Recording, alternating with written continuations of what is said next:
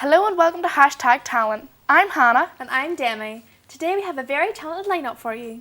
We will be getting an insight into the wide range of up-and-coming talent within Northern Ireland, such as famous actresses, world-class hairdressers, an amazingly talented wakeboarder, and a highly anticipated makeup artist. For such a small country, we really do have a lot of people who've had an impact in Northern Ireland and across the world, like Liam Neeson and James Nesbitt. We also have competed at the highest levels of sport with football legends Harry Gregg and George Best, Formula 1 driver Eddie Irvine, motorcycling hero Joy Dunlop, golfer Rory McIlroy, and Olympic medal winners Mary Peters, Richard and Peter Chambers and Alan Campbell. Northern Ireland really do have a lot of skilled people who are known worldwide, but locally we also have a lot of people who have a great reputation of many professions. We would really like to hear what you think of our show. All you have to do is tweet us at Hashtag Talent, and your tweet could appear at the bottom of the screen at the end of the show. Adam Steele recently caught up with Sinead Gribben, a world-class hairdresser, who has won many competitions around the world. She currently has her own hair salon in Coleraine. Over to you, Adam. Hello, today I'm with award-winning hairdresser Sinead Gribben, who uses unique styles and colours to make a look that's always on trend. Today she'll be in the hot seat answering a few questions for me. Sinead, you're an amazing hairdresser and award-winning. What was it that made you pursue a career in hairdressing? What inspired me was the fact that hairdressers have such stigma that they can't really go very far or do the average 9 to 5, Tuesday to Saturday, and I kind of wanted to make the hairdressing career to other people more, what's the word, interesting. I want it to be an example basically to other hairdressers, that they would be like, oh, I want to be like Sinead Gribben, she's done really well for herself, she does interesting hair. I didn't want it to be a boring salon. I wanted people to enjoy coming to see me and then them feel good leaving the salon. Have you ever had any difficult clients, and if so, what happened? Yes, I have. I've had, I wouldn't call them difficult, I would call them demanding. Where you would maybe get somebody that's quite posh and you haven't got the right tea for them, or no, that's probably the worst. Most of my clients are nearly like my friends, so they're not that bad with me actually, so I'm quite lucky that way. You've won many awards. What would you say is your biggest achievement to date, and how did you feel when you got the award? Well, in my second year of hairdressing, I toured with my boss at that time, and there was 8 competitions we could all do, and we had to enter them, obviously, and toured and won them all in the end up. So that definitely was the best thing I've ever done. I'll never be able to do that ever again, but that's my favourite memory so far. For people who've never seen a hairdressing competition, it's not your everyday hair, it's very over the top. What is it that inspires you for those funky updos and colours and styles? Well, celebrities are what most people, want to be like when they come in to get their hair done. They say, oh, have you seen Kim Kardashian's hair? I want my hair like hers, or somebody off the X Factor. So things like magazines, obviously TV, YouTube, it's where I actually get a lot of my tricks for what to do, so yeah. Also, what do you think is the most rewarding thing about being a hairdresser? The most rewarding thing for me, do you know what, actually being a hairdresser sometimes can be really difficult, because this is a fact that I've learnt in hairdressing. You take on the world's problems when you're standing behind somebody. They tell you everything, excuse me, so you'll find out about everybody's problems. So you're nearly like an agony aunt when somebody comes to see you to get their hair done. So you're like, oh, isn't that awful about me, Joe? So that's probably the worst part, but the best part is that, yes, they get to leave the salon feeling better, and that they look forward to coming and seeing me.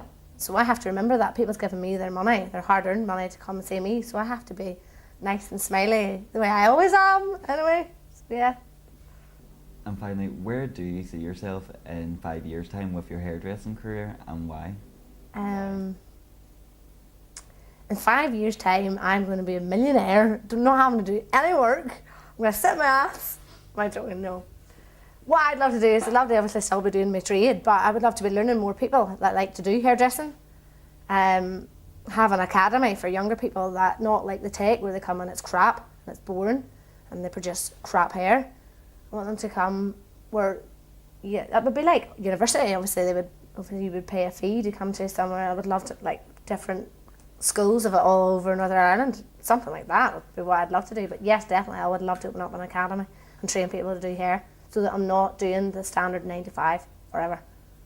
Thank you very much, Sinead, for answering my questions today. And we're back to the studio. Sinead has really done well for herself. She's a great example of young up-and-coming talent within Northern Ireland. Rebecca Cameron also caught up with a young and very talented makeup artist who's worked alongside some very famous people. Leanne Godfrey has worked alongside Tiny Tempa, Dabby and Lucian Naviscount. Let's take a look and see what Leanne has to say.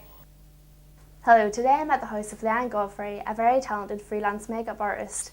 I will be finding out how she got to where she is today and how she manages to make time for family, friends and a job on top of her busy schedule of photo shoots and major events like London Fashion Week. Now I'll go and have a chat with her in her own beauty room. Hello Leanne, how are you? Hi Rebecca, I'm fine, thanks.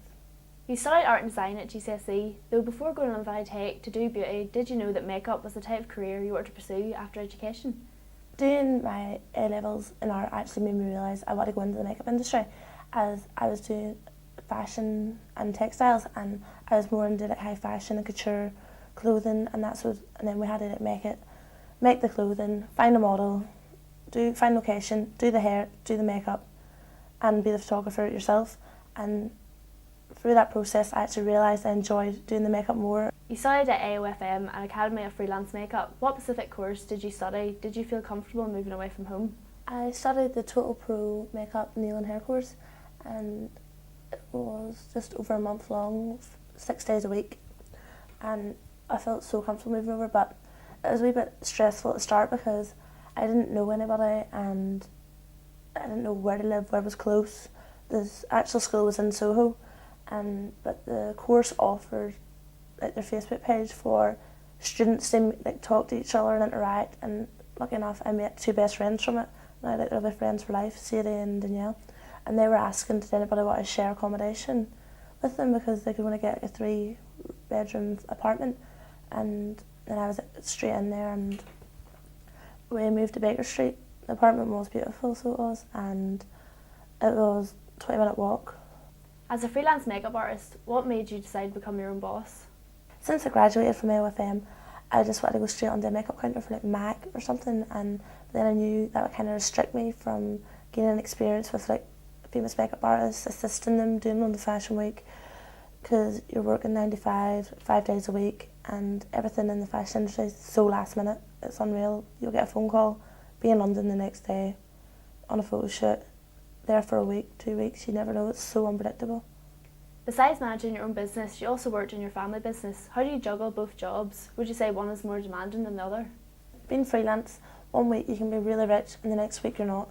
And it's just unpredictable when your work's going to be. And most work, whenever you're starting out as a makeup artist, is free work. It's to create your portfolio, like testing, which test photo shoots, where the photographer, the model and the makeup artist work together and they all get images for their portfolio. So I took on the job in the chip shop because I knew my rota could be adjusted to fit me. But then the other staff thought it wasn't very fair. You've worked with some amazing people and on some very major events, such as the Mobos and London Fashion Week. How did you get the opportunity to take part in these? Well, London Fashion Week, first of all I had to do a masterclass with AOFM to prove that I was capable to work in like their high demands and the time given, and that I was just suitable for the job. So I had to fly to London, and it was just after I was working at Creamfields and the weather was awful and I had to sleep in a tent and I was dying with the cold and I just felt so miserable, and I had to get the train straight from Creamfields to do my masterclass and get tested on my makeup in front of like some of the biggest makeup artists like Michelle Webb and Maria Popolopoulos and Louise Dartford. They were the ones that were judging us, and they understood that I wasn't well and I was coughing, sneezing, and like my eyes were running. I was just literally so ill, but I just like got on with it, got it done quick. They were really pleased with the outcome and they loved it. So then, therefore, they told us there in the day. It was like all sitting at like an audition or something, and you're just getting picked out, saying that you passed. I felt so sorry for everybody else that didn't get picked because they were crying, but I was just like on my high horse. Thank you very much for taking time to answer my questions. No problem, anytime. It was a pleasure. Now back to the studio. Leanne has had a fantastic career so far, and I'm sure there's much more to come. Of course there is. One thing Northern Ireland is definitely famous for is its ability to rain 24/7. I don't know about you, Hannah, but there's nothing like sitting by the fire watching the rain outside. Yeah, that sounds like something most people would do. But Rory Gilmore caught up with David Coates, a top-class wakeboarder. He is currently top 10 in Europe and competes all across the world. Well, I don't think I'd be able to do that. No, me neither. Well, let's take a look and see how Rory and David got on. Hello, today we're with David Coates. He has been consistently in the top 5 for Ireland throughout the years.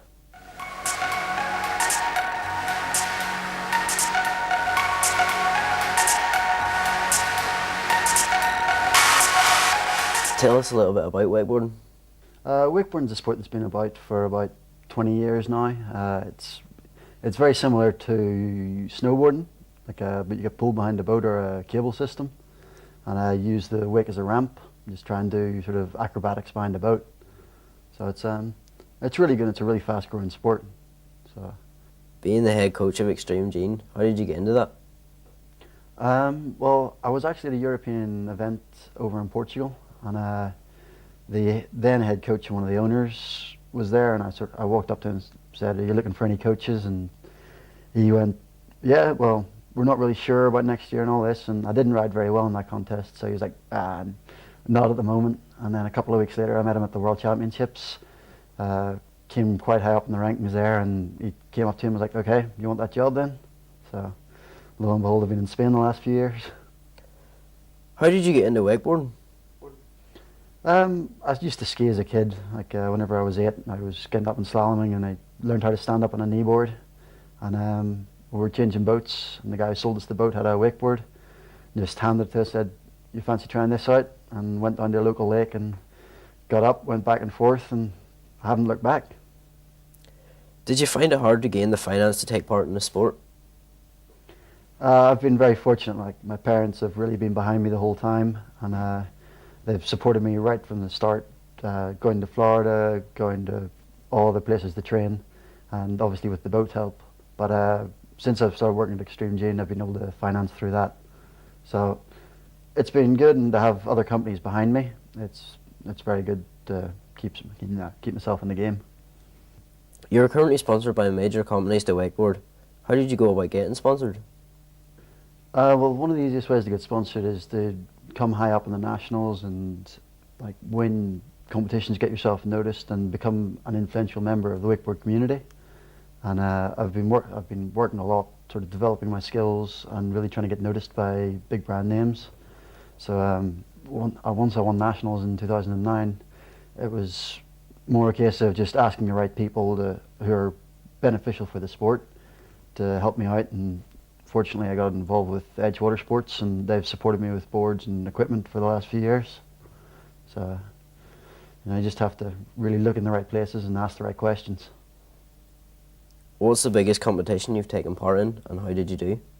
Well, every other year I ride the World Championships, and the best I've done in that was in 2009, where I came in the top 10. I finished 9th, and then this year, the Europeans that runs every year, I managed to make finals and finished up 4th there, so it was probably the best result I've had. Where's your favourite place to wakeboard? Obviously Extreme Gene, will love it out there because the warm climate, and it's a really nice setup, nice boats. But back in Ireland, I enjoy riding with Davy O'Keefe down in Dublin, well, up in Cavan, and then my home lake's down in Fermanagh, out near Enniskillen. It's a very, very nice place to ride. How does it feel to travel the world doing something you love? It's really good to get around. Normally whenever you're traveling, you're not traveling alone, you're traveling with a group of people who share a passion, and each time you get to see something new, you get to see something that normal tourists wouldn't see, along with all the sort of normal tourist stuff. So I've been to most continents in the world, and other than South America, I haven't been to Australia, but I'm heading there next week, so get a chance to travel about and do what I love, and you can't really top that. Thanks very much, David. Now back to the studio. That's amazing how he can do all that. It really is. Now, some world-class actors have come from this small country. Like James Nesbitt from Coleraine and Liam Neeson from Brisbane. And Jane Wiseman from Coleraine. Our very own Scott Adamson recently caught up with Jane, who told him all about her acting career. Over to you, Scott. Hi, today I'm going to Belfast to interview Jane Weisner about her past and her future career as an actress. So Jane, how did you obtain the role of Joanna in Sweeney Todd, and was it a long audition process? Well, I was doing a production of West Side Story with Music Theatre for Youth in the Millennium Forum in Derry, and I didn't get like a part or anything, but I had a song I sang somewhere at the end of Act 1, and Jeremy James Taylor, who used to be the director of the National Youth Music Theatre, he was kind of scouting for like the younger parts in the film, and he asked a few of the girls in it to stay or to come back the next day basically and audition for him. And so we had to, he just had like a little camcorder, and he asked us to sing a song, and I sang Wishing You Were Somehow Here Again from Phantom of the Opera, and then I just had to talk to him in an English accent, which I can do, I promise. And then he sent that to Susie Figgis, who cast the movie. And then after that, I got recalled to London. It was a really, really long process. That was in August. And then a few months later, I was like, when am I going to get this recall that I was promised? So then I eventually did, and I was back at drama school at the time, and I had to sneak away. I was like really sick, so I went down to London. The first recall, which was in London with Susie Figgis, was at Air Studios, and I just had to sing into a camera, and I sang the same song, and she was like, very good. And then I got another recall where I met Tim Burton, and there were other girls there that day and there were other boys there that day, and we had to like kind of mix and match. So I would go in with one boy and then go in with another boy, and we would do a scene, a made up scene, but of Anthony and Joanna. And then I had to learn Greenfinch and Linnetbird, so they gave me 2 vocal lessons with a guy called Sean Alderking, and that was in London, and I had to keep sneaking off from drama school for that. And then my final audition I did, and I sang Greenfinch and Linnetbird, and then a few weeks later I got a phone call from Susie Figgis to say that I got the job. So I ran around screaming, obviously. From working on blockbuster films to television series, did you find working in the television environment different from the film environment, and which environment did you prefer? It's so different, I think, doing a film to TV, especially on a massive budget like that. You can do one scene for the whole day, whereas on 6 Degrees, which I'm doing at the minute, which is TV, and in general on TV you have to cover so many pages a day. Like, I don't know, I have to do about 6 or 7 scenes today, whereas I remember I did Greenfinch and Linnetbird all in one day. And that was like here you would be like, right, you sing the song, that's it, done, next, you'd move on. It's a faster turnaround with TV, and I quite like the buzz of that. I have to say I just kind of enjoy it, to be honest, so I don't really prefer one to the other. Aside from your film and television career, you started off in musical theatre and have continued to work in the West End. You're also involved in this year's pantomime and in the Grand Opera House. Was your original career plan to head towards a musical theatre career? No. I mean, well, I always loved musical theatre, but when I applied for drama school, I applied for an acting course because I kind of thought that I'm better at acting than I am at singing, I think. But I do, when I'm not acting, I really miss, or when I'm acting and I'm not singing, I really, really miss it. So, I don't know, I kind of, when you're young and you dream of doing something like this anyway, you kind of just dream of doing everything, and you think, oh, I could probably do whatever I want.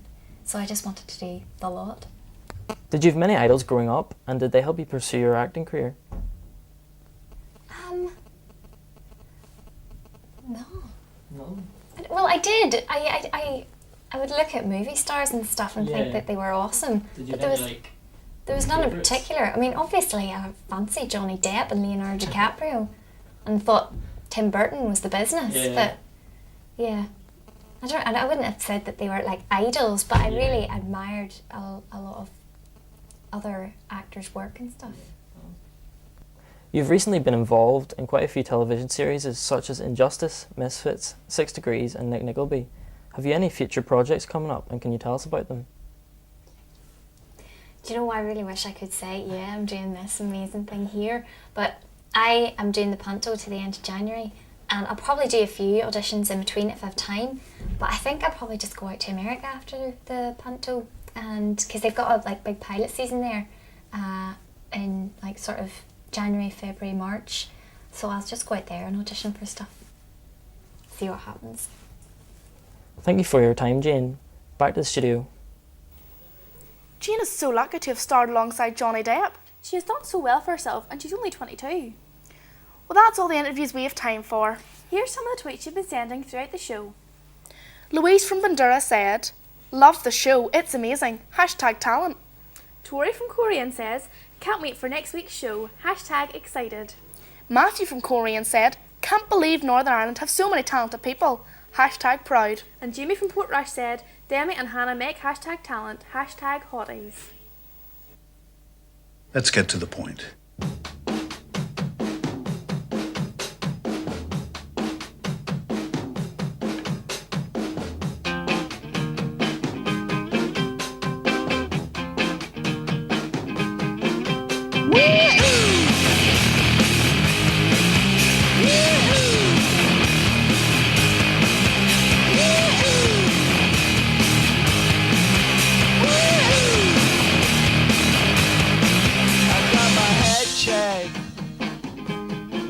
By a jumbo jet. It wasn't easy, but nothing is. No. When I feel heavy metal, and I feel that I need when I lie and I'm easy all of the time, but I'm never sure why I need you.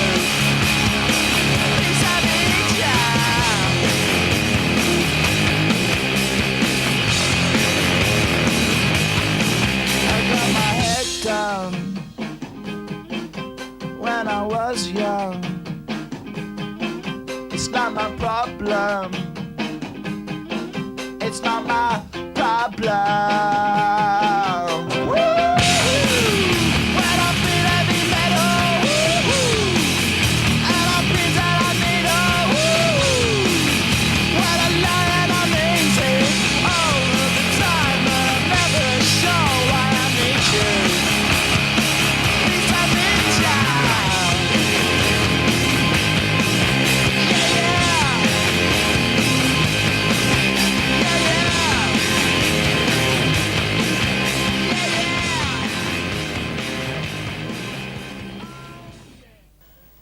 Well, that's all we've time for today. But before we go, we have our very own Ballymoney NRC student Natalie McGill, who's here to play us out. That's all from us. See you next week. Bye.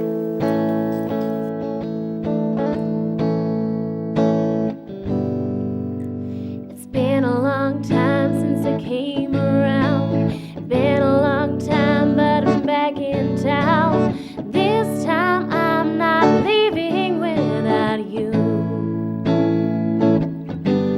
You taste like whiskey when I kiss you. Oh, I'll get